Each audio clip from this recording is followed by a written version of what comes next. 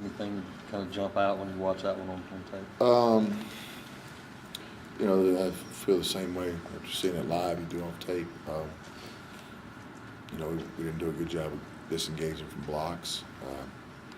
Didn't pressure the passer. Had some misfits. Didn't make some plays on some deep balls, which is a recipe for what happened yesterday.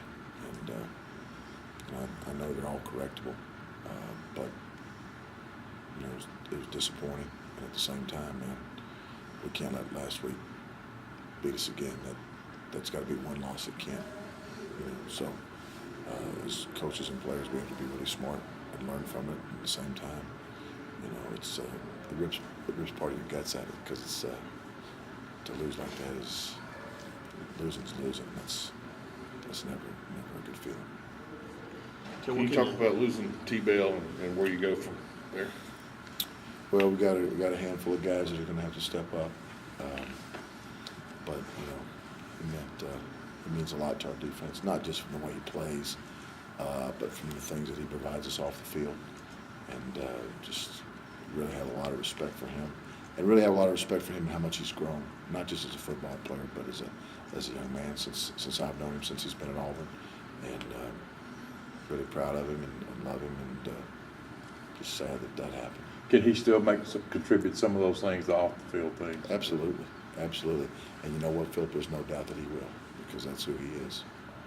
And because he's all about the team. There's no I in him at all. He's all about the team, and he'll do whatever he thinks he can in his power to help us. As far as just sliding to that spot, like, does Whitehead go there, or how does that work? Oh, there's some possibilities. You got Whitehead, you got Mincy, you got Ryan White, you got Threezy. You got some guys there that we're going to work at it this week and see where we're all with it at the end of the week, and make the decision. Who gives us the best chance to play like we need to play. Will you try to give all those guys some reps from the Absolutely, ones? yeah. They've all been repping, and they'll all continue to do so now. But the reps throughout the practice, they'll all have reps. Talk about getting off blocks, Ted. I mean, what's the single skill that helps most doing that? Is it strength? Is it savvy? Positioning? Some of it's strength. Some of it is pad level. Some of it is the timing of your strike, because you've got to create separation with your strike. And so it's a combination of all that. Get off, pad level. I mean, it's not just one thing, so it's a combination of those things. And, it's something that we've got to do a better job of. Are you surprised it's a problem this late in the year? Or has it just kind of been lingering and festering? No, sometimes it comes and it goes, from week to week sometimes. And surprised, I don't know about surprised, disappointed. But once again, that's something that we're going to get fixed, and we're going to be better at it this week.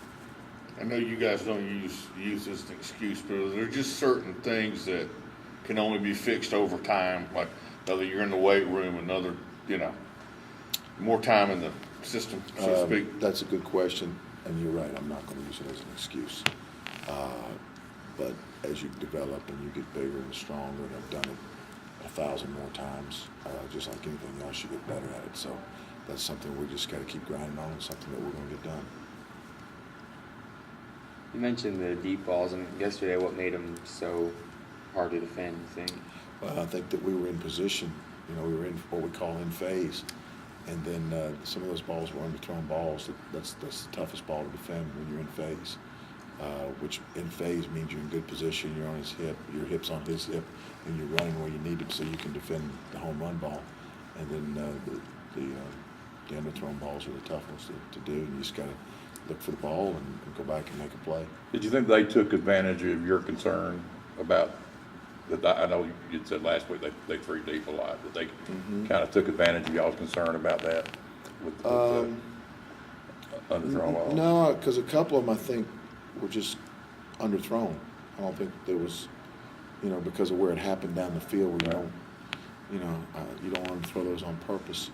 It's just the way it unfolded, unfortunately. And that's my belief anyway. What are your corners taught to do in terms of looking for the ball? When you're in phase, you've got the route under control, turn and make a play on the ball.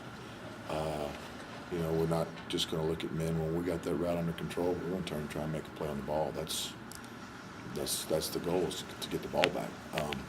At the same time, when you're in a trail position and you got no help over the top, you've got to go back to get the route under control, and you can't run fast when you're looking back. Nobody runs a 100-meter dash these days, not 100 yards, I guess.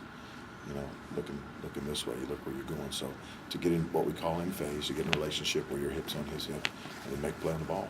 You know, and that can vary by technique. If you got help over the top and you're playing what we call trail, then you're looking for the ball.